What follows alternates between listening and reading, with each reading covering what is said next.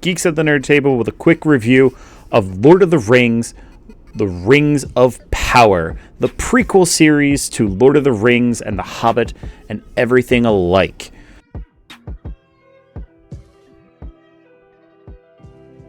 Let's jump into Season 1 before we get to Season 2 and do a episode-by-episode review and then a whole wrap-up later on. Season 1 sees us in the Second Age, which is right after the first. First Age is all war and battle. Second Age is a time of peace, and the elves are looking to leave Middle-earth.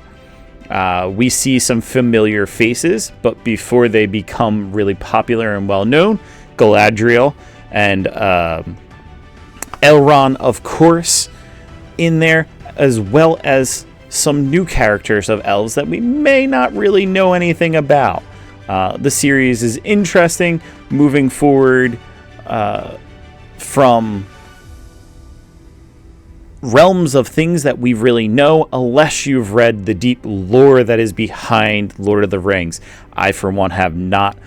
So jumping into the series, it's a little odd and puts you off at first, but you dive into it and gets interesting fast. Galadriel is the essential commander of the army that's searching for the Lord Sauron and where he has been. We know this name, we know this person, and she's out there looking for him, even though he's defeated, and they're looking for signs of him. She believes with all of her heart and all of her soul that he is still out there. Throughout the journey, she ends up finding another individual, Halbrand. She finds Halbrand, and Halbrand becomes part of this whole journey out to the people of the sea, the humans that are actually out there. And we see this kind of setup of where everybody is, where the elves are, the dwarves are, the Harfoots, which is the ancestral people of the halflings. We see where the dwarves are and the orcs, and where all of the cards are laid out.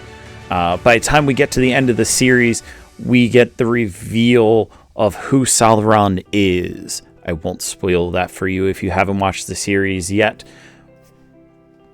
but it's interesting nonetheless. Season 2 will lead off with what happens after they forge the first 3 rings. Spoiler alert, in the first season, they do in fact create the first 3 rings, and then it goes from there. Some new faces, some old faces.